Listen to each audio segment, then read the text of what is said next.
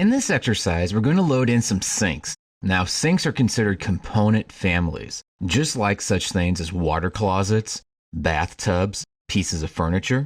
If you can master putting a sink into your project, you can put in just about any of those typical kinds of component families into your project environment. In this case, we really want to load in two sinks. One's going to be a sink that goes into each one of our different bathroom areas. We're also going to have a sink that'll be a kitchen sink that'll come into here in what more than likely be a break room area. To begin, let's zoom in on this part of our building. Now we need to load in some of those sinks.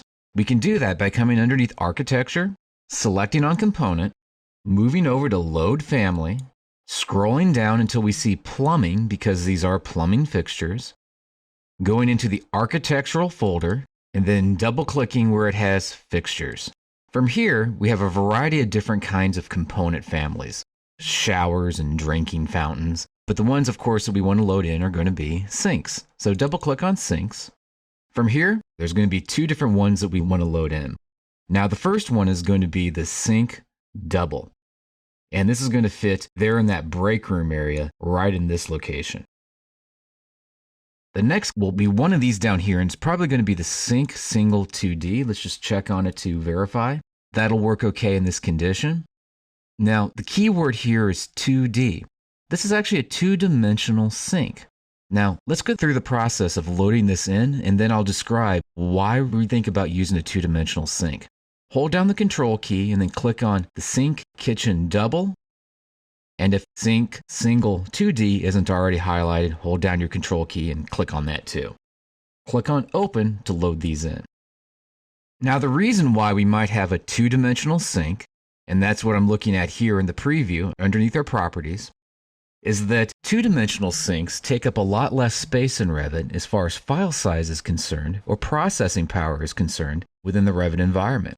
So if you have a lot of different kinds of objects, particularly on larger projects, what you'll find is that putting two-dimensional components in instead of three-dimensional components will sometimes make the model less heavy, which means it'll be a faster project if you do it that way. You'll also discover that the way that it looks inside of a plan view won't be any different. So whether it's a two-dimensional sink or a three-dimensional sink, if you're looking straight down at it, you'll never be able to tell the difference between the two. So as a result of that, unless you absolutely need to see it in 3D, it's actually usually better to insert in two-dimensional components. They'll schedule the same way instead of three-dimensional components just because it's easier for Revit to process. So in this example, let's make sure that we use the Sink Single 2D, move in here to our restroom area, and I'm just going to put a couple of wall-mounted ones here and put a couple of wall-mounted ones over on the other side. And then hit Escape whenever you're done. I'm going to come over here and we're going to place a sink into this sink hole. Now, I do have a little minor design issue here that I don't like. I'm looking at this countertop and I'm seeing a hole right here and it's not centered on the casework underneath. So I'm going to select on the countertop first. Depending on the countertop, in some conditions you might have arrows that would allow you to drag the hole over to the right location. But since this does not have the arrows associated with this opening, we need to look underneath the properties of this particular countertop to move it over. Here I can see that the sink location is 3'3". Change that to be 5 foot, and then move your mouse over into this direction. I can see that's over a little bit too far, so we're going to change this to be 4 foot now and move our mouse over in this location. And we can see that it shifted it up and then shifted it back down again. So now this is more centered inside of this cabinetry or this piece of casework that's underneath. Now that we've done that and we know that the hole is in the right location, let's place the sink in there. To do that, come underneath the Architecture tab again, select on Component. And in this case, I don't want that 2D sink. I want the Sink Kitchen Double, which is 42 by 21. Come over in this direction. You can hit the space bar to rotate it around. And now I'm going to try to place this right in this area. I can already see that the sink hole isn't going to be big enough, but that's okay. We can adjust it after the fact. Click in order to place that right in that location.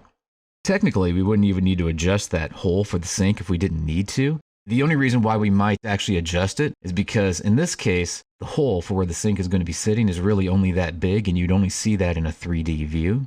But let's take the time to make that adjustment.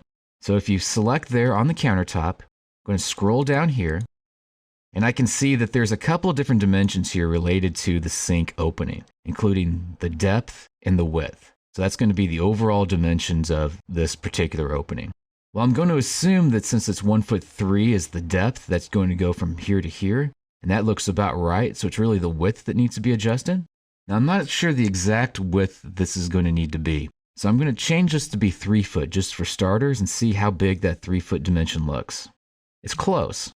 I'm now going to do 3'3". Take another look at it. That's just about right. The only problem is now is that the hole there for where the sink is at needs to now be moved down again. So once again, we're going to change the location for this. And in this case, I'll type in 3'6" just to see what the difference is. And we can see that now that opening is just perfect for where those sink basins need to go. This process that we just did is not just for such things as sinks. Pretty much anything that would be considered a component family would get placed in this way. There's nothing wrong with 2D if you only need to see it two-dimensional in that specific view. In the case of a plan view, if this is going to be the only spot I would ever see these sinks, then loading in two-dimensional sinks is fine because it'll show up and document appropriately.